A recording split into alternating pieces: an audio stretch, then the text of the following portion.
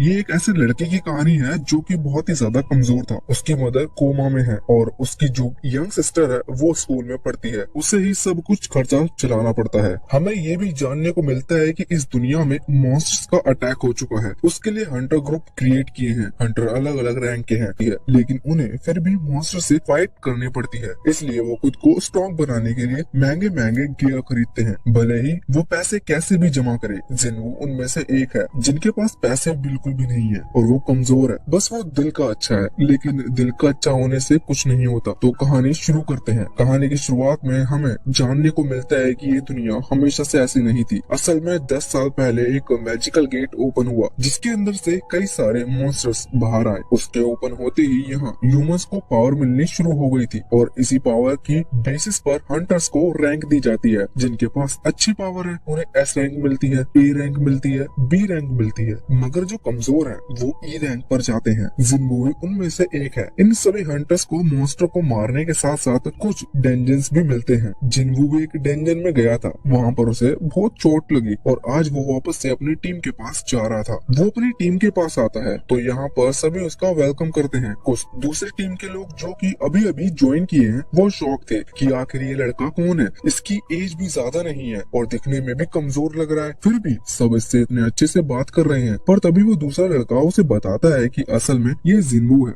ये बहुत ज्यादा कमजोर है। ये इतना ज्यादा कमजोर है कि अभी पिछले टाइम जब वो सबसे कमजोर मतलब अभी तक का देखा गया सबसे वीक डेंजन जो था उसमें भी इसे चोट लगी है। ये सुनकर वो शॉक हो जाता है। हम देखते हैं यहाँ पर जिन्वू की फ्रेंड जूही जो कि उसी की टीम में है वो आती है। अब अगले सीन में वो लोग वहाँ अंदर की तरफ बढ़ते हैं। कुछ देर आने के बाद उन्हें एक बड़ा सा गेट दिखता है। वो सभी बहुत लालची हो रहे थे, इस वजह से वो गेट के अंदर जाना चाहते हैं। रास्ते में जूही जिन्वू को चिल्ला रही थी। वो कह रही थी कि तुम मरना क्यों चाहते हो? अभी अभी एक डेंजर में जो कि इतना कम लेवल का था उसमें तुम्हें चोट लग गई है, तो ये डी लेवल का है। यहाँ पर तुम्हें बहुत ज्यादा देख कर रहना होगा। जिन्वू इस पर हाँ करता है। वैसे अब वो उस गेट के अंदर आ चुके थे। अचानक से उस अंधेरे कमरे में बहुत सारी टॉर्च जलना शुरू हो जाती है। वो लोग देखते हैं कि ये जगह बहुत बड़ी है। साथ ही साथ यहाँ पर कई सारे स्टैचू रखे हुए थे। वो जब आगे बढ़ जाते हैं तो उन्हें एक और स्टैचू दिखता है। ये बहुत बड़ा स्टैचू था। वो स्टैचू अपनी आंख मूव कर रहा था और ये देखकर सच में जिन्वू बहुत डर गया था और वो सोचने लगता है कि आखिर यहाँ पर चल क्या रहा है। असल में जिन्वू पर कई बार हमले हुए हैं, तब वो हर सिचुएशन को बिल्कुल डिटेल में मेजर करता है। यहाँ पर जिन्वू सोच रहा था कि क्या चल रहा है। इतने में ही उसके दिमाग में कुछ समझ में आता है। वो तुरंत ही सब कुछ लाकर कहता है कि नीचे झुक जाओ। अब जितनों ने बात मान ली थी वो बच गए थे, वरना उस बड़े से स्टैचू की आंखों में से जो लेजर बीम निकल रही थी उस लेजर बीम ने सभी को खत्म कर दिया था जिन्होंने जिन्वू की बात नहीं सुनी थी। यहाँ पर जिन्वू ने जूही को नीचे कर लिया था, इस वजह से वो भी बच गई थी। यहाँ पर टीम लीडर जोंग जिन्वू की तारीफ करते हुए कहता है कि उसने सही टाइम पर बताया और उन लोगों की जान बचा ली। वो जिन्वू से पूछता है कि तुम्हें कैसे पता कि ये हमला करने वाला है, लेकिन इस पर जिन्वू कहता है कि उसे ये बात नहीं पता थी, उसे बस कुछ डेंजर महसूस हुआ, इस वजह से उसने आवाज लगाई। यहाँ पर सॉन्ग कहता है कि वो पहले भी और दूसरी टीमों के साथ डेंजर में जा चुके हैं और सबसे बड़ा डेंजर रैंक बी का पार किया था, लेकिन उसके हिसाब से ये डेंजर रैंक ए से भी ऊपर है। इसका मतलब ये एस रैंक डेंजर है। ऐसे डेंजर पर आना उनका बिल्कुल सही नहीं था और यहाँ तक कि उन्हें इसकी परमिशन भी नहीं है, लेकिन वो हमला करे इससे पहले ही जिन्वू अपने घुटनों पर बैठ जाता है। यह देखकर वो शौक था कि अचानक से ही स्टैचू ने अटैक करना क्यों रोक दिया। सभी पूछते हैं कि क्या तुमने कोई चीज फिगर आउट कर ली? इस पर जिन्वू कहता है कि हाँ, हमें अपना सर एक सर्टेन हाइट से नीचे रखना होगा, उसके बाद ये स्टैचू हमला नहीं करेगा। और पहला टास्क का मतलब यही था, वर्शिप ऑफ गॉड, यानी गॉड के सामने सर झुकाओ। वो सभी जिन्वू की बात मान लेते हैं। वो तुरंत ही अपना सर नीचे कर लेते हैं। ये देखकर अचानक से वो स्टैचू स्माइल करता है, लेकिन ये स्माइल देखकर ही वो लोग और ज्यादा डर गए थे, मगर वो समझ गए थे कि अब उन्हें ये स्टैचू कुछ नहीं करेगा। एक लड़का खड़ा हो जाता है और कहता है कि हमारी जान बच गई है और इसके बाद सभी खड़े होने लगते हैं क्योंकि सच में वो स्टैचू उन्हें कुछ नहीं कर रहा था, मगर वो ये समझ गए थे कि अब उन्हें ये स्टैचू कुछ नहीं करेगा। पर जिन्वू ये बात जानता था। जिन्वू सभी से कहता है कि उन स्टैचू के पास जाओ। सभी लोग जैसे ही एक स्टैचू के पास पहुंच जाते हैं तो अचानक से वो स्टैचू एक्टिवेट हो जाता है और उन म्यूजिक इंस्ट्रूमेंट को प्ले करना शुरू कर देता है और अब वो बड़ा स्टैचू उन पर हमला नहीं कर रहा था। जिन्वू समझ जाता है कि वो कैसे बचेंगे। अब जिन्वू और जूही एक और स्टैचू के पास पहुंच पहुंचते हैं, लेकिन इस स्टैचू के पास वो स्टैचू कुछ भी नहीं कर रहा था। ये देखकर जिन्वो समझ गया था कि शायद दो लोग यहाँ पर खड़े हैं, इस वजह से ये ऐसा हो रहा है। जिन्वो जूही को छोड़कर वहाँ से भाग जाता है। जूही उसे आवाज लगाती है पर जिन्वो नहीं रुक रहा था। अब अचानक से वो स्टैचू भी एक्टिवेट होकर वहाँ पर इंस्ट्रूमेंट प्ले करने लगता है, लेकिन अभी वो बड़ा स्टैचू जिन्वो से पीछे पड़ा था। बाकी सभी बच चुके थे। जिन्वो एक दूसरे स्टैचू की तरफ भाग रहा था। अचानक से वो बड़ा स्टैचू उस पर अटैक करता है, जिस वजह से जिन्वो का पैर कट जाता है। लेकिन यहाँ पर जिन्वो किसी तरह से उस छोटे स्टैचू पर पहुंच गया था और वो स्टैचू भी एक्टिवेट हो जाता है, जिस वजह से जिन्वो की जान बच जाती है और अब वो बड़ा स्टैचू वापस अपने थ्रोन के ऊपर जाकर बैठ गया था। इस चीज में इन सभी की जान बच गई थी, लेकिन अभी अभी जो हुआ वो उस चीज को सहन नहीं कर पा रहे थे। हम देखते हैं कि बाकी मेंबर तो अभी सॉन्ग के ऊपर इल्जाम लगा रहे थे कि उसी ने यहाँ पर आने की परमिशन सभी को दी, जबकि आधे लोग मना कर रहे थे। वैसे सॉन्ग तो यहाँ पर खुद अपना एक हाथ खो चुका था। दूसरी तरफ हम देखते हैं कि जब जिन्वो का पैर कट चुका था तो यहाँ पर जोई उसे हील करने की कोशिश कर रही थी, लेकिन जोई इतनी बड़ी हीलर नहीं है कि जो पैर कट चुका है उसे वो फिर से रिजनरेट कर सके। और ज्यादा एनर्जी यूज करने की वजह से अचानक से उसके मुंह से भी खून निकलने लगता है और उसकी एनर्जी पूरी तरह से खत्म हो चुकी थी। यहाँ पर जिन्वो सभी से कहता है, देखो लड़ने की जरूरत नहीं है, हमें बस किसी तरह से यहाँ से निकलना होगा। हमने 2 कमांड पूरी कर ली है। इसके बाद हम देखते हैं कि अचानक से वो स्टैचू फिर से हिलता है और अपनी पावर से वहाँ बीच में जहाँ वो फॉर्मेशन टाइप का सर्कल बना हुआ था वहाँ पर अपनी मैजिक स्पेल का यूज करता है, जिसके बाद वहाँ पर कुछ चीज बाहर को निकल आई थी। किसी को भी कुछ समझ में नहीं आ रहा था। सभी लोग जिन्वो से पूछते हैं। जिन्वो कहता है कि तीसरी लाइन थी बिलीव इन गॉड। वो कहते हैं कि शायद हमें सैक्रिफाइस करना होगा। ये सुनते ही किसी को समझ नहीं आता, लेकिन उनके बीच में जो उनका एक दोस्त है वो तुरंत एक तलवार निकालते हुए सॉन्ग की गर्दन पर रख देता है। वो कहता है कि अगर यहाँ पर कोई सैक्रिफाइस करेगा तो वो ये है, सॉन्ग उसे ही सैक्रिफाइस करना होगा, इससे हमारी जान बच जाएगी। सॉन्ग एक लीडर है, इसलिए वो तुरंत ही यहाँ पर हाँ कर देता है, क्योंकि वो जानता था कि गलती उसी की है। वो अगर चाहता तो अपनी टीम को रोक सकता था। अब वो वहाँ आगे बढ़ता है, लेकिन जैसे ही वो फॉर्मेशन सर्कल के बीच में आता है तो अचानक से वहाँ पर जग ऑरेंज फ्लेम आ जाती है। ये देखकर सॉन्ग जिन्वो से पूछता है कि अब मुझे क्या करना है। जिन्वो थोड़ा शॉक था, लेकिन फिर वो माफी मांगता है। कहता है कि शायद हमें किसी लिविंग सैक्रिफाइस की जरूरत नहीं, मगर अभी वो उसे समझा नहीं पाया था कि उन्हें असलियत में करना क्या है। वो अपने दोस्त से कहता है कि वो लोग उसे वहाँ सर्कल के बीच में ले चले। अब जैसे ही 2 लोग उसे पकड़कर वहाँ उस सर्कल के बीच में लाते हैं, अचानक से वहाँ पर 3 और ऑरेंज फ्लेम्स आ जाती हैं। जिन्वो ये देखकर शॉक था। अब जब बाकी लोग भी वहाँ आते हैं तो अचानक से वो सारी ऑरेंज फ्लेम एक्टिवेट हो जाती हैं, जिसके बाद गेट खुलने लगा था और बाकी जो स्टैचू थे वो छोटे वाले वो आगे बढ़ रहे थे और उन्हीं की तरफ आ रहे थे। सभी जैसे ही उन स्टैचू की तरफ देखते हैं तो वो रुक जाते हैं और साथ ही साथ वहाँ पर ब्लू फ्लेम्स भी आना स्टार्ट हो गई थी। जिन्वो कहता है कि अगर हम इन्हें देख रहे हैं तो ये स्टैचू मूव नहीं करेंगे, लेकिन अब अच्छा भला गेट खुल चुका है। जिन्वो ये भी कह रहा था कि अगर हम कुछ टाइम ऐसा ही करते रहे तो ज्यादा टाइम इस डंजन से ना निकलने की वजह से हंटर एसोसिएशन वाले दूसरी टीम को यहाँ भेजेंगे, फिर हम बच सकते हैं। पर उन लोगों को ये मंजूर नहीं था। उन लोगों को अपनी जान बचानी थी। उनमें से एक तुरंत ही वहाँ से भाग जाता है। अब गेट धीरे से बंद होने लगता है। एक ऑरेंज फ्लेम भी कम हो गई थी, साथ ही वो स्टैचू भी आगे बढ़ने लगा था, लेकिन एक आदमी 2 स्टैचू की तरफ देख सकता है। अब जिन्वो ये देखकर शॉक था कि आखिर उसका ही दोस्त उसे धोखा क्यों दे रहा है। अचानक से वहाँ पर एक और टीम मेंबर रोने लगता है और कहता है कि उसे भी यहाँ से जाना होगा, क्योंकि उसे जिंदा रहना है। वो यहाँ नहीं रुक सकता, क्योंकि वो इतने ही दिन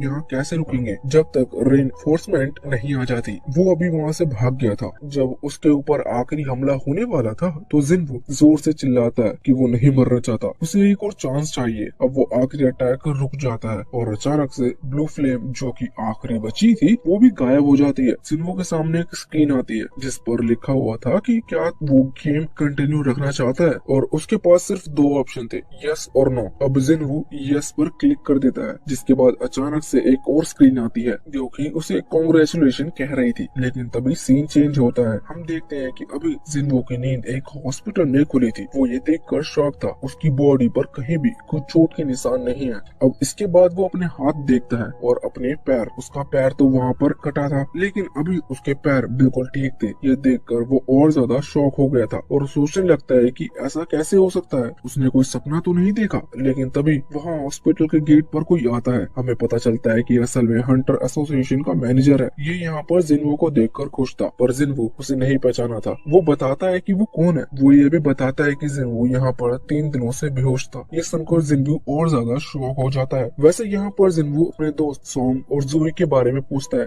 इस पर मैनेजर कहते हैं कि वो दोनों वैसे तो ठीक है, लेकिन सॉन्ग ने अपना एक हाथ खो दिया, जिस वजह से उसे अब हंटर बनने से रिटायरमेंट लेनी होगी। और साथ ही साथ जूही थोड़ी मेंटली डिस्टर्ब हो चुकी है। उसकी साइकोलॉजी ट्रीटमेंट चल रही है, लेकिन कुछ कहा नहीं जा सकता। शायद उसे भी अब हंटर एसोसिएशन छोड़नी होगी। वैसे वो मैनेजर कह रहा था कि हम बहुत ही ज्यादा शॉक है, क्योंकि अभी तक ऐसा कभी नहीं हुआ था। सभी जो लोग भागे थे उन्होंने एक दूसरे हंटर ग्रुप को ये सब बताया और वहाँ से निकल गए। लेकिन वो दूसरा हंटर ग्रुप डिसाइड किया कि वो वहाँ जाएंगे। जब वहाँ पहुंचे तो उसे तुम पड़े हुए मिले, लेकिन एक अजीब सी चीज हुई। उन्हें कोई भी स्टैचू या फिर कोई भी ऐसा कमरा नहीं दिखा जिसके बारे में सभी तुम्हारे ग्रुप बात कर रहे थे। मैनेजर कहता है कि खुद की जान बचाने के लिए वो लोग झूठ भी कह सकते हैं, लेकिन सभी लोग एक ही बात कह रहे थे। इस वजह से इस बात पर थोड़ा सा विश्वास करना पड़ रहा था। वैसे वो इस बात से भी शॉक थे कि आखिर वहाँ पर जिन्वू जिंदा बच कैसे गया, क्योंकि जिन्वू कमजोर है और उसका जो साथी है वो वहाँ पर मरा पड़ा था और जिन्वू पूरी तरह से ठीक है, उसे एक खरोंच तक नहीं लगी। यहाँ पर मैनेजर कह रहा था कि हमें इस पर शक है कि शायद तुमने अपनी सेकंड अवेकनिंग पूरी कर ली है। जिन्वू को इस सब के बारे में कुछ नहीं पता था। वो जब पूछता है तो मैनेजर बताता है कि ये बहुत रेयर केस में होता है, जैसे कि नॉर्मल ह्यूमन कभी अवेकनिंग कर ले तो वो भी एक हंटर बन सकता है, एक अच्छे लेवल का हंटर। नॉर्मली जो कम लेवल के हंटर हैं, अगर वो सेकंड लेवल की अवेकनिंग कर लेते हैं तो इसके बाद ए रैंक या फिर एस रैंक तक भी पहुंच सकते हैं। ये बहुत बड़ी बात है। वैसे जिन्वू को नहीं लग रहा था कि उसने अवेकनिंग की है, क्योंकि उसे अपने अंदर कोई खास एनर्जी महसूस नहीं हो रही थी। पर तभी मैनेजर एक डिवाइस दिखाता है जो कि असल में वो पावर चेक करने के लिए यूज करते हैं। यहाँ पर जिन्वू को बस उसके ऊपर हाथ रखना था। वैसे जिन्वू खुश था, क्योंकि उसे लग रहा था कि शायद ये उसका बहुत ही लकी डे हो सकता है। वैसे यहाँ पर मैनेजर मन में सोच रहा था कि जिन्वू ने इतने खतरनाक डेंजर से सर्वाइव कर लिया, इसका मतलब उसकी रैंक ए या फिर एस तो हो ही चुकी है। लेकिन अब जब जिन्वू उस डिवाइस पर हाथ रखता है तो उसके पॉइंट 10 आते हैं। जिन्वू ये सुनकर शॉक था। वो पूछता है कि इसका मतलब क्या है, लेकिन मैनेजर कहता है कि तुम में कोई खास बात नहीं है, ये पॉइंट बिल्कुल नॉर्मल है और तुम सबसे कमजोर हंटर हो। इसके बाद अब वो वहाँ से चला गया था। वैसे हमें ये जानने को मिलता है कि जो ई रैंक के हंटर होते हैं उनका स्कोर पॉइंट 70 के आसपास होता है। इसका मतलब जिन्वू का उनसे बहुत ज्यादा कम है, और जबकि ई रैंक से नीचे कुछ नहीं होता। वैसे मैनेजर ये भी सोच रहे थे कि कहीं ऐसा तो नहीं वो जो भी डेंजन था जिसके बारे में वो बात कर रहे थे वो यहाँ से कहीं गायब हो गया हो। लेकिन अब कुछ किया नहीं जा सकता, क्योंकि इस डेंजन को गायब होने के बाद ढूंढना मुश्किल है। अब हम देखते हैं कि यहाँ जिन्वू अभी रूम में था, तभी उसे अपने सामने स्क्रीन दिखाई देती है। वो सोचता है कि इन लोगों ने मुझे स्क्रीन के बारे में तो कुछ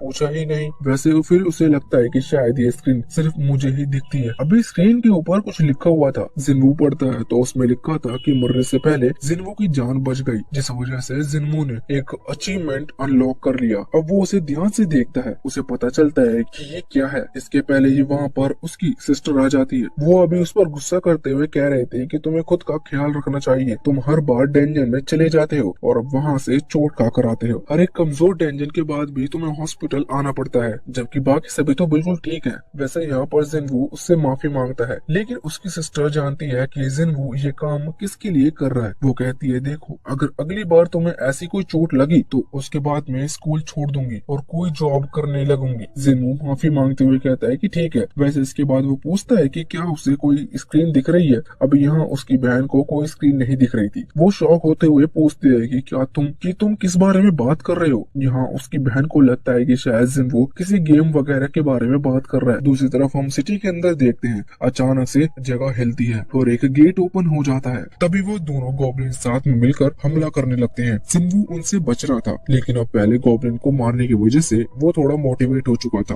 और वो किसी तरह से उन बाकी 2 गॉब्लिन्स को भी मार देता है। अब वो खुश था कि वो पहले तो स्ट्रॉन्ग हो चुका है, लेकिन इतने में ही उसके पीछे एक वुल्फ आ जाता है जो जिन्वू से देखकर डर गया था। वो जानता था कि ये उन गॉब्लिन से नहीं कहीं ज्यादा ताकतवर है। वैसे फिर भी उसके पास दूसरा कोई ऑप्शन नहीं था। पर अब जब वो वुल्फ उसकी तरफ हमला कर रहा था तो वो किसी तरह से उसके अटैक से बचता है, पर इतने में ही वो वुल्फ उसके गले पर एक स्क्रैच लगा देता है। जिन्वू ये बात तो समझ चुका था कि यहाँ पर उसके साथ कोई हीलर नहीं है। इसका मतलब अगर यहाँ पर वो मारा गया तो सच में वो मारा जाएगा। उससे बचने का कोई तरीका भी नहीं है, इसलिए अब उसे किसी तरह से दिमाग से लड़ना होगा। वो तुरंत तैयार हो जाता है, लेकिन सामने वो वुल्फ उससे भी ज्यादा ताकतवर था। वो तुरंत ही हमला करने के लिए यहाँ पर आगे बढ़ रहा था। अभी वो वुल्फ यहाँ दौड़ते हुए जिन्वू पर हमला करने वाला था। जिन्वू किसी तरह से उससे अटैक से बच जाता है, मगर वो समझ चुका था कि वो इस तरह से भाग नहीं सकता क्योंकि इस वुल्फ की रफ्तार उससे भी ज्यादा तेज है। अब जब वो वुल्फ फिर से जिन्वू की तरफ दौड़ने के लिए आता है तो जिन्वू अपना हाथ आगे करते हुए उसे पंच मारता है। इस पंच की वजह से वो वुल्फ वहाँ से दूर फेंक कर एक दीवार से टकरा गया था। ये देखते हुए जिन्वू हैरान था। उसे जानने को मिलता है कि उसने जो पॉइंट के थ्रू अपनी स्ट्रेंथ को बढ़ाया था वो सच में काम करती है। इससे जिन्वू को अपनी पावर के बारे में पता चल गया था, लेकिन अभी भी इतनी पावर से कुछ नहीं होने वाला क्योंकि इस अटैक के बाद उस वुल्फ को ज्यादा चोट नहीं लगी थी। वो फिर से उठता है और जिन्वू की तरफ हमला करने के लिए आगे बढ़ जाता है। जिन्वू फिर से उस पर हमला कर रहा था पर वो समझ गया था कि उसे यहाँ से बचकर निकलना होगा। अब वो तुरंत वहाँ से भागने की कोशिश करता है पर उस पर वुल्फ की रफ्तार जिन्वू से कई गुना तेज हो चुकी थी। जिन्वू रुककर सोचता है कि उसके पास अगर वेपन होता तो शायद वो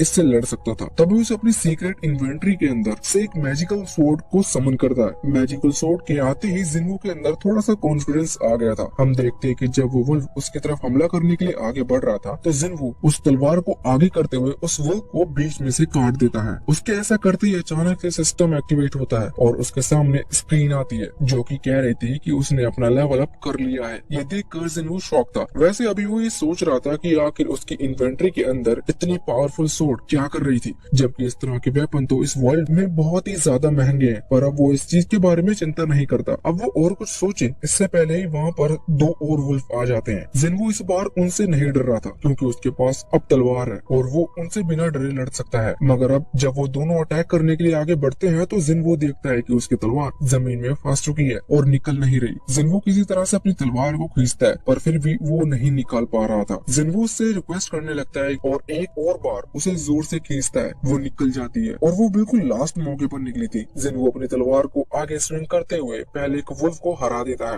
तभी दूसरा वुल्फ उसकी तरफ आ रहा था और जब जिन्वू उसकी तरफ अपनी तलवार चलाता है तो वो वुल्फ अपने मुंह से उस तलवार को पकड़ लेता है। लेकिन जिन्वू को नहीं पता कि ये सिस्टम वाले गोल्ड कॉइन रियल लाइफ में कितने पैसे होते होंगे। वैसे उसने ज्यादा उम्मीद भी नहीं लगाई थी क्योंकि वो जानता था कि ये सिस्टम बिल्कुल गेम की तरह है। साथ ही साथ वो ये भी सोच रहा था कि ये डेंजन ई रैंक का डेंजन है, यानी कि सबसे कम लेवल का डेंजन है। वैसे ऐसा जिन्वू को मानना था। अभी तक ऐसा कहीं पर लिखा नहीं था कि ये ई रैंक का डेंजन है। वैसे जिन्वू सोच रहा था कि अगर उसे इस डेंजन से बाहर निकलना है तो उसे इसके लिए टेलीपोर्टेशन स्टोन चाहिए होगा या तो फिर इस डेंजन के बॉस को हराना होगा। अब बॉस के बारे में सोचकर पहले तो वो थोड़ा सा डर गया था। वो सोच रहा था कि यहाँ बॉस कितना ताकतवर होगा, पर उसे याद आता है कि इसे नॉर्मल वुल्फ को हराने से उसका लेवल बढ़ रहा था। तो अगर वो किसी तरह से और भी कई सारे वुल्फ को हरा दे तो उसका लेवल इतना तो हो ही सकता है कि वो बॉस के साथ फाइट कर सके। हालांकि डेंजन कितना कमजोर है ये जिन्वू जानता था। अब जिन्वू आगे बढ़ने वाला था लेकिन इतने में ही वहाँ पर बहुत सारे वुल्फ आ जाते हैं। हमें जानने को मिलता है अभी सभी जो वुल्फ डर कर वहाँ से भागा था वो अपनी पूरी टीम को लेकर आ चुका है। लेकिन जिन्वू इन्हें देखकर बिल्कुल भी नहीं डरा था, बल्कि वो लड़ने के लिए और ज्यादा एक्साइटेड हो गया था और उसके सामने अपनी तलवार आगे कर ली थी। हम देखते हैं कि वो सभी वुल्फ एक साथ आगे बढ़कर इस पर हमला करने लगते हैं, लेकिन जिन्वू एक के बाद एक उन्हें मारता जा रहा था। इस तरह से वो कई सारे वुल्फ को मार देता है। एक वुल्फ उसके पीछे से हमला कर रहा था, जिन्वू ने उसे भी पकड़कर खत्म कर दिया था। अब सभी वुल्फ जो कि बचे हुए थे वो जिन्वू को घेर लेते हैं। जिन्वू को यहाँ पर अपनी पास्ट की कुछ मेमोरीज दिखाई देती हैं, जिसके बाद वो स्माइल करता है। उसे अब मजा आ रहा था क्योंकि इन वुल्फ को खत्म करने में उसका लेवल बढ़ते जा रहा था और वो ये भी चाहता था। इस वजह से अब जैसे सारे वुल्फ एक साथ हमला करते हैं तो वो एक साथ उन सभी को घुमाते हुए हमला करता है। इस वजह से एंड में सारे वुल्फ मारे जाते हैं और उससे वुल्फ असासिन का टैग मिल जाता है। वैसे जिन्वू बहुत ही ज्यादा थक चुका था। वो खुश था कि अब ये लड़ाई खत्म हो चुकी है। यहाँ पर सबसे पहले वो अपने इन्वेंट्री को चेक करता है जिसके अंदर अब बहुत सारे आइटम्स ऐड हो चुके थे। साथ ही साथ इन सभी वुल्फ्स को हराने की वजह से उसे एक टेलीपोर्टेशन स्टोन भी मिल चुका था। जिन्वू इसका यूज कर वहाँ से उस डेंजन से बाहर आ जाता है, पर जिन्वू सोचता है कि क्या उसे ये मौका फिर से मिलेगा, मतलब क्या वो इस डेंजन में फिर से आ पाएगा। ऐसा तो नहीं कि ये कुछ टाइम लिमिट के लिए ही यहाँ पर अपीयर हुआ है। और जिन्वू ये भी सोच रहा था कि उसके पास एक बहुत आसान मौका है और ज्यादा लेवल अप करने का। इस वजह से वो अगर वो यहाँ से वापस चला जाता है तो वो बहुत ही बड़ी बेवकूफी होगी। वैसे उसकी तलवार धीरे धीरे अब ब्रेक होने लगी थी, लेकिन जिन्वू फैसला करता है कि अब उसे इस डेंजन में आगे बढ़ना ही होगा। यहाँ से सीन चेंज होता है। इसके बाद ज़ोई को दिखाया जाता है जो कि अभी जा रही थी। तभी उसे कॉल आता है। ये कॉल हंटर एसोसिएशन से था। ज़ोई पहले तो माफी मांगती है क्योंकि उसने पहले डायरेक्ट मना कर दिया था कि अब वो किसी डेंजन में नहीं जाएगी। जहाँ पर जो कॉल पर व्यक्ति था वो कहता है कि एक डेंजन ओपन हुआ है सिटी के अंदर, उससे मॉन्स्टर बाहर निकल रहे हैं, उसे वहाँ पर जाकर बाकी हंटर्स की मदद करनी होगी, क्योंकि बाकी हंटर्स को भी अभी हीलर्स की कमी हो रही है, जो इस पर हाँ कर देती है। यहाँ से सीन चेंज होकर वापस जिनवू पर आता है। हम देखते हैं कि वो उस डंजन में आगे बढ़ते हुए जा रहा था। इस दौरान उसकी कई सारी नई तरह के बीस्ट से मुलाकात होती है, जिन्हें वो हरा कर आगे बढ़ता है। अभी उसे हर बार अपनी स्क्रीन पर अलग अलग बीस्ट के कलर्स दिख रहे थे। मतलब जैसे ही रेड कलर आया तो उसे पता चल रहा था कि बीस्ट का लेवल क्या है, क्योंकि कलर हर बीस्ट के साथ चेंज होता जा रहा था। आखिर में जब वहाँ डंजन का बॉस की बारी आती है तो उसके टाइम पे व्हाइट कलर आ जाता है। ये देखकर जिनवू थोड़ा सा शॉक था। वो समझ गया था कि ये जो भी बीस्ट है ये सच में बहुत ज्यादा पावरफुल होने वाला है, लेकिन जिनवू डरता नहीं है। वो आगे बढ़ना डिसाइड करता है। अब उसे सीढ़ियों से नीचे की तरफ जाना था। नीचे पूरे में अंधेरा था, इस वजह से उसे थोड़ा सा डर लग रहा था, पर फिर वो आगे बढ़ना स्टार्ट करता है। वैसे जाते हुए वो अभी अपने सिस्टम स्टेटस की तरफ चेक कर रहा था, तो उसे जानने को मिलता है कि अभी उसने बहुत देर से एक भी लेवल अप नहीं किया है, जबकि शुरुआत में वो बहुत ही कम वुल्फ के साथ फाइट करके लेवल अप कर चुका है। पर अभी उसे बहुत ही ज्यादा टाइम हो गया है। उसने बहुत सारे बीस्ट को हरा दिया, लेकिन उसका लेवल अप एक बार ही अपग्रेड हुआ है। अब जिनवू वहाँ नीचे पहुँचता है तो वो देखता है कि यहाँ की जगह ऊपर वाली जगह से बिल्कुल अलग है। यहाँ आने के बाद जिनवू अब आगे बढ़ रहा था। तभी उसे कोई साउंड सुनाई देती है। ये साउंड असल में यहाँ के डंजन बॉस का है। तभी उसकी तरफ से कोई हमला कर देता है, जिस वजह से जिनवू वहाँ से दूर फेंक कर दीवार से टकराता है और इस दौरान उसकी वो तलवार टूट जाती है। जिनवू अपने से सामने देखता है कि एक बहुत बड़ा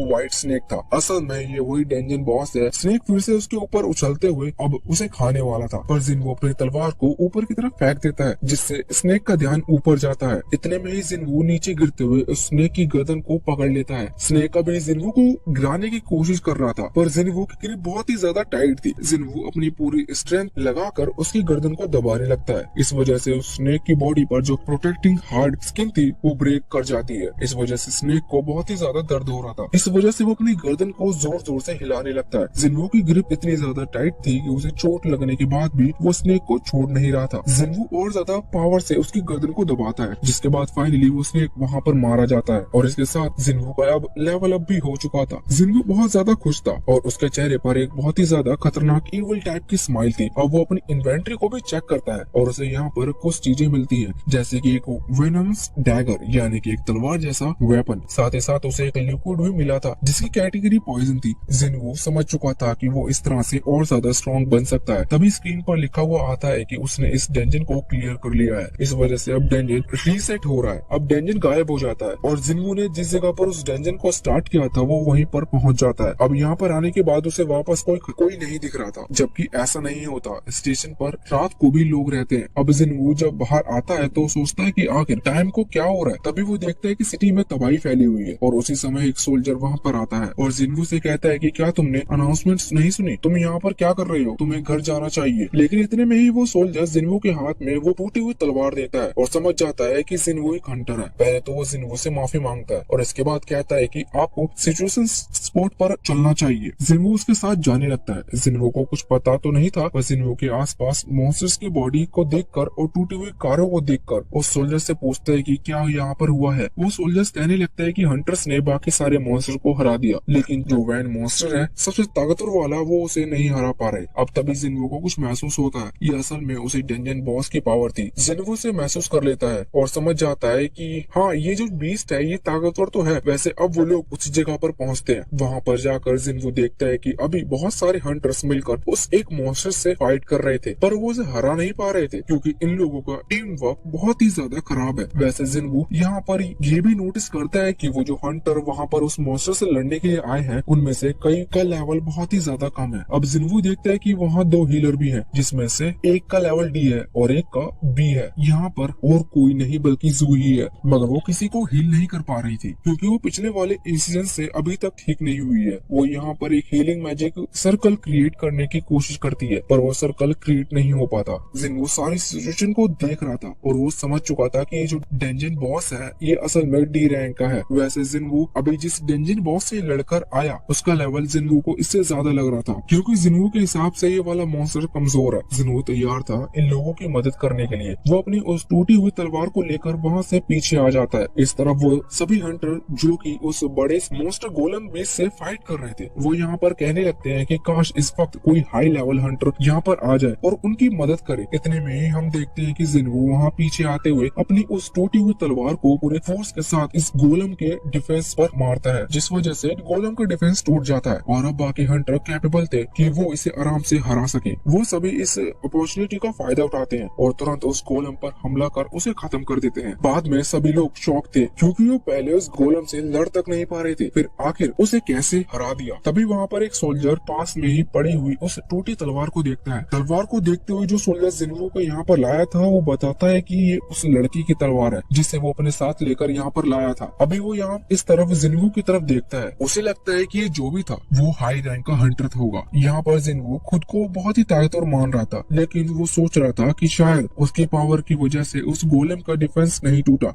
लेकिन जिन्वो कहता है कि नहीं, चिंता मत करो, मैं कोई हैवी वर्कआउट नहीं कर रहा। वैसे जब जीना अभी जिन्वो के थोड़े पास आती है तो वो नोटिस करती है कि जिन्वो की हाइट पहले से बहुत ही ज्यादा बढ़ चुकी है। जिन्वो ये भी चीज देखकर सोचता है कि कहीं ऐसा मेरे हैवी वर्कआउट और उस सिस्टम के चलते तो नहीं हो रहा। वैसे अब जीना वहाँ से स्कूल के लिए निकल गई थी। जिन्वो उसे अम्ब्रेला देता है और बाय करता है। अब जब वो वहाँ से चली गई थी तो जिन्वो अपने लिविंग रूम में आता है और वहाँ पर आकर अपने सिस्टम विंडो को चेक करता है। हम देखते हैं कि अभी उसे जो 4-5 टास्क मिले हैं उसमें से उसने सारे टास्क पूरे कर लिए हैं। बस अभी उसे 10 किलोमीटर दौड़ना था। तो यहाँ अभी वो सोच रहा था कि वो कुछ देर बाद जाएगा। अभी उसके पास कुछ पॉइंट्स भी हैं जिन्हें वो चाहे तो अपने स्टेटस में ऐड कर सकता है, लेकिन यहाँ पर वो सोच रहा था कि उसने पहले भी स्ट्रेंथ वाले ऑप्शन पर बहुत सारे पॉइंट ऐड कर दिए हैं, इससे उसकी ताकत बढ़ गई है। पर भले ही उसकी ताकत कितनी भी ज्यादा बढ़ जाए, अगर वो टारगेट हिट नहीं कर सकता तो उस ताकत का मतलब क्या होगा। इस वजह से वो अपने बाकी ऑप्शंस को भी देखता है, जैसे कि पहले हमने इंटेलिजेंस के बारे में जाना था। वैसे यहाँ पर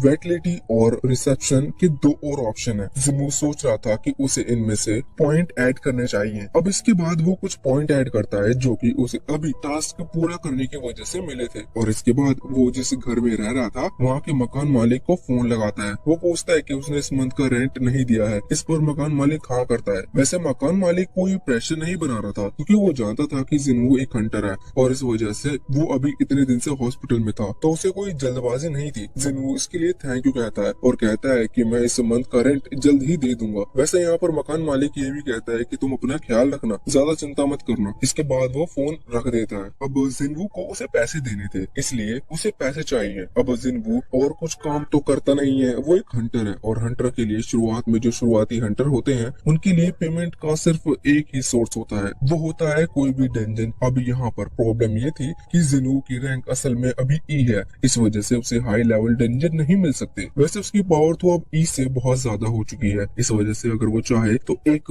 री एग्जामिनेशन का फॉर्म भरकर अपनी रैंक को रीटेस्ट करवा सकता है। इससे उसकी रैंक ज्यादा आएगी और फिर उसे हाई लेवल डंजन्स में भी मिलेंगे, जिससे वो ज्यादा अर्न कर सकता है। क्योंकि अभी अगर वो किसी लो लेवल डंजन में जाएगा तो वहाँ पर उसे इतने पैसे नहीं मिलेंगे जो कि उसकी टाइम की वैल्यू निकाल सके। पर प्रॉब्लम ये थी कि अगर वो री एग्जामिनेशन का फॉर्म भर देता है तो इससे उसकी रैंक बढ़ेगी। अभी इसी तरह से वो कुछ दूर आगे आते जा रहे थे, लेकिन फिर भी उन्हें कुछ दिख नहीं रहा था। इस पर जिनाओ पूछता है कि कहीं ऐसा तो नहीं कि कोई गुफा या फिर कोई डंजन पहले से क्लियर हो चुका हो, लेकिन इसकी खबर वहाँ हंटिंग एसोसिएशन को नहीं मिली हो। इस पर जिनाओ कहता है कि नहीं, ऐसा नहीं हो सकता। वैसे वो ये भी कह रहा था कि क्या कोई ब्लैक डंजन होता है जहाँ पर कोई ट्रेजरी या फिर कोई मॉन्स्टर ना हो। तो जिनाओ अचानक से उसे चुप कराने लगता है। जिनाओ को कोई आवाज आ गई थी, वो ध्यान से सुनता है तो वो बताता है कि उनकी तरफ कुछ मैजिकल इंसेक्ट बीस्ट आ रहे हैं। अब सभी लोग तैयार हो गए थे, वहाँ पर कई सारे रास्ते थे, वो कहीं से भी आ सकते हैं। इस वजह से हर एक हंटर का एक रास्ता को देख रहा था और पूरी तरह से तैयार था। लेकिन अचानक से वो जो भी किसी टाइप की बीस्ट है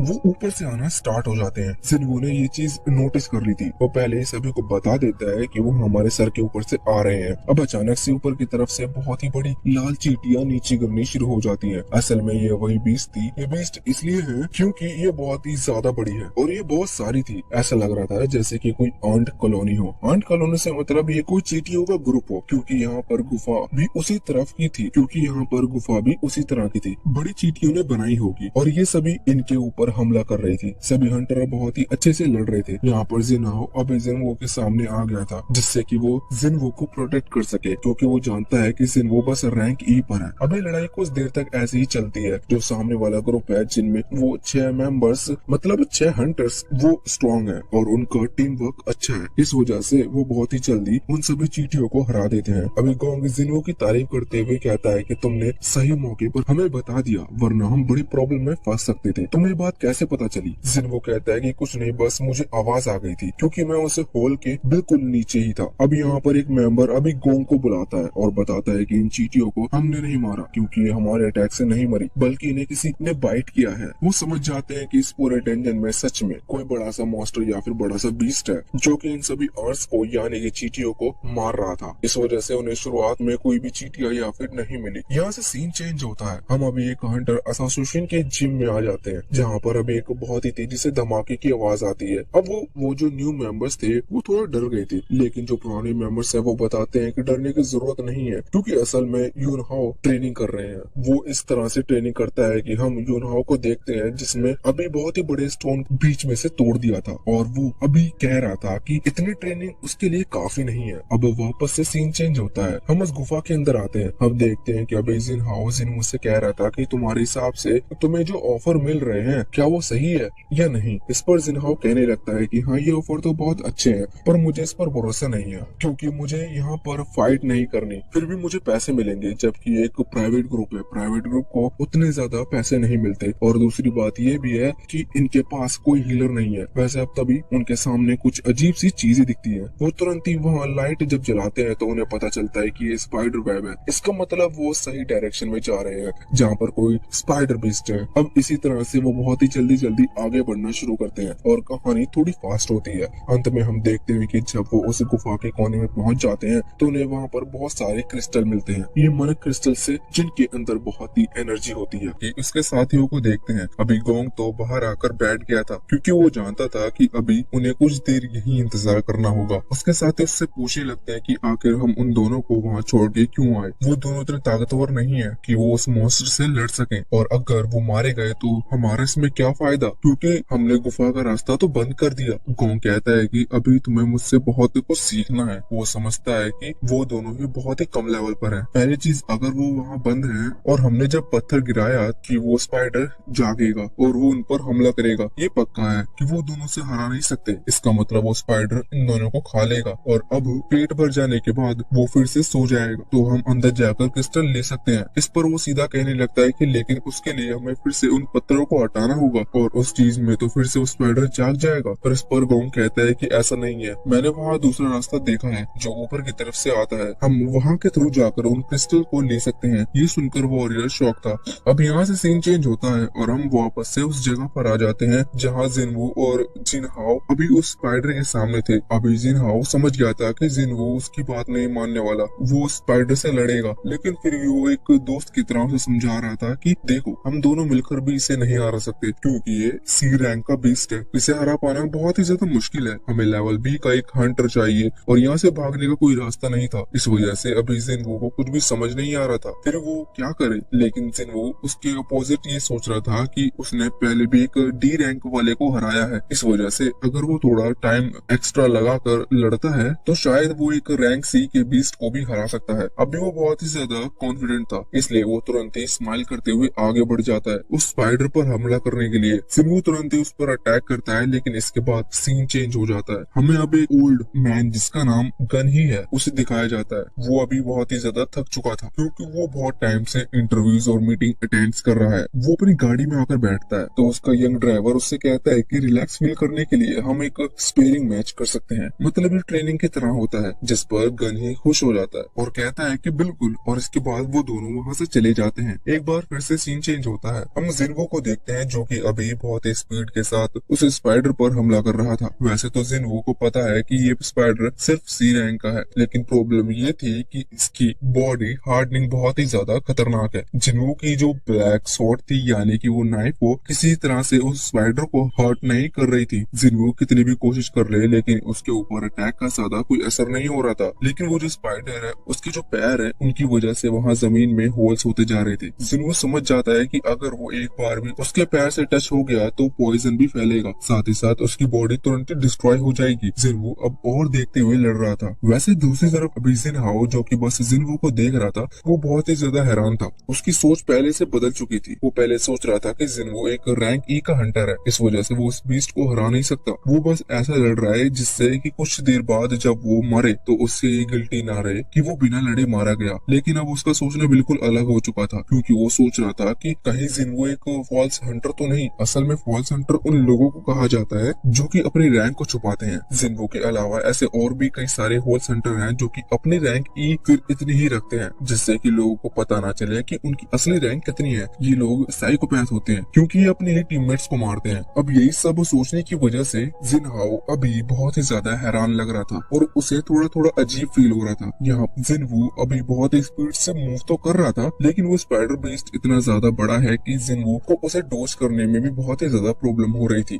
जिनवू देखता है उसकी जो पॉइंट्स हैं वो धीरे धीरे कम हो गए। ये पॉइंट्स असल में ये बताते हैं कि जिनवू के पास अभी कितनी एनर्जी बची हुई है। जिनवू समझ गया था कि वो थक रहा है और बहुत ही जल्द वो फिर आगे भी नहीं बढ़ पाएगा, इससे उसकी स्पीड भी कम हो सकती है। इस वजह से जिनवू फैसला करता है कि वो जितने ज्यादा हो सके उतनी पावर के साथ एक ही अटैक में उसे खत्म करेगा। जिनवू तुरंत ही अब आगे बढ़ रहा था, लेकिन इतने में ही वो स्पाइडर बीस्ट अपने मुंह से एसिड थ्रो करता है। जिनवू किसी तरह से उस एसिड को तो डोज कर लेता है। वो देखता है कि ये एसिड बहुत ही ज्यादा खतरनाक है क्योंकि ये पत्थरों को गला रहा है। जिनवू तुरंत ही वहाँ से हट गया था। ये सब देखते हुए अभी जिनहाओ कुछ ज्यादा ही हैरान था। वो सोच रहा था कि क्या जिनवू सच में स्पाइडर के मूव्स को पहले से नोटिस कर पा रहा है, क्योंकि ये मूव्स बहुत ही ज्यादा फास्ट थे। यहाँ जिनवू अपने ब्लैक ड्रैगर यानी कि ब्लैक सोर्ड को निकालते हुए तुरंत ही उस स्पाइडर बीस्ट के ऊपर हमला करने के लिए बढ़ता है। वो देखता है कि जब वो उसके सिर पर अटैक कर रहा था तो डैगर से कोई असर नहीं हुआ था, लेकिन जिनवू हार नहीं मानता। वो तुरंत ही स्पीड के साथ बराबर सेम अटैक करता है। अब एक बार फिर से सीन चेंज होता है और हम जिनवू के पास आ जाते हैं। यहाँ अभी गोंग और उसके साथ यही सोच रहे थे कि आखिर ये स्पाइडर बीस्ट जो कि असल में इस डेंजन का बॉस है वो इतनी आसानी से कैसे मर गया। पर फिर वो सोचते हैं कि जब ये रैंक ई और एक रैंक डी का मामूली सा हंटर इस बॉस को खत्म कर सकता है तो इसका मतलब यही है कि ये स्पाइडर बीस्ट बहुत ही कमजोर होगा। वो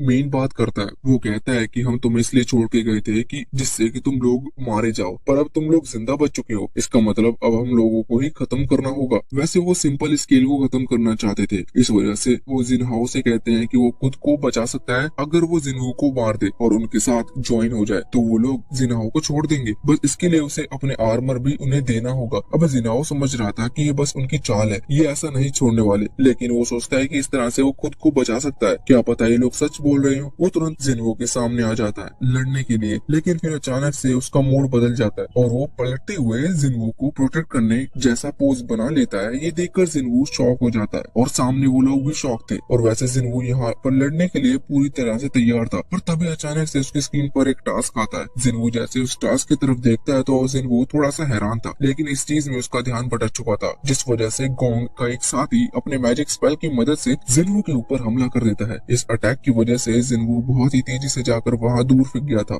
यहाँ से सीन चेंज होता है और हम जिनहू की सिस्टर जिन्हा को देखते हैं। यहाँ हम देखते हैं कि अभी वो अपने दोस्त से मिलने के लिए आई थी। उनके बीच में कई सारी बातें होती हैं, लेकिन मेन बात तो ये थी कि अभी वो अपनी जिस दोस्त से मिलने के लिए आई थी वो असल में उसी हंटर ग्रुप के अंदर है, जिस हंटर ग्रुप में चा मतलब वो बी रैंक की लड़की भी है। वो बताती है कि जब वो एक डेंजन क्लियर करने के लिए गए थे तब वहाँ के मॉन्स्टर इतने स्ट्रॉन्ग थे कि उस लड़की के सारे टीममेट उसे नहीं मार पा रहे थे, लेकिन फिर चा वहाँ पर आई और उसने उन सभी को बहुत ही आसानी से हरा दिया। और अब खबर आ रही है कि उसे जल्द ही उस गिल्ड यानी कि उनकी टीम का लीडर बना दिया जाएगा। वैसे वो लड़की यहाँ चा को बिल्कुल पसंद नहीं करती। अब यहाँ से सीन चेंज होता है और हम वापस से जिनवू के पास आते हैं। यहाँ हम देखते हैं कि जब जिनवू को वो अटैक लगा तो जिनवू इतनी बुरी तरह से इंजर्ड हो गया था कि वो अभी हील नहीं कर पा रहा था, यहाँ तक कि उसकी आंखें भी नहीं खुल रही थी। सभी लोग समझ जाते हैं कि अब वो मारा जा चुका है, मगर इस तरफ हम जिनवू को देखते हैं। जिनवू अभी उनकी बातें सुन रहा था। गोंग और उसके साथी अभी जोर जोर से हंस रहे थे। जिनवू सोचता है कि ये शायद उसका अंत है, लेकिन अचानक से उसके सामने एक और विंडो ओपन होती है जिसमें बताया गया था कि उसे इन 6 के 6 लोगों को खत्म करना है, क्योंकि ये उसे खत्म करना चाहते हैं। जिनवू समझ गया था कि ये जो सिस्टम पावर है ये बस उसे स्ट्रॉन्ग बनाना चाहती है। जिनवू भी उसका कहा मानता है। वो तुरंत ही खड़ा हो जाता है। ये देखकर गोंग और बाकी सभी हैरान थे कि आखिर इतने खतरनाक अटैक के बाद भी जिनवू कैसे बच गया। वैसे इसके बाद गोंग का एक साथी जिनवू के पास आता है और उसके कंधे पर हाथ रखकर कहने लगता है कि देखो तुम बहुत ही बुरी सिचुएशन में फंस गए हो, इससे तुम जिंदा तो नहीं बच सकते, मगर मैं पूछना चाहूंगा कि आखिर तुम क्या करोगे, क्या तुम हमसे माफी मांगोगे। साथ ही साथ वो यहाँ पर जिनवू के कमजोर होने का भी मजाक उड़ा रहा था। जिनवू कोई जवाब नहीं दे रहा था, इस वजह से वो बाजू में खड़ा लड़का और मजाक उड़ाते हुए की बात कहता है, लेकिन अचानक से उसकी आवाज रुक जाती है।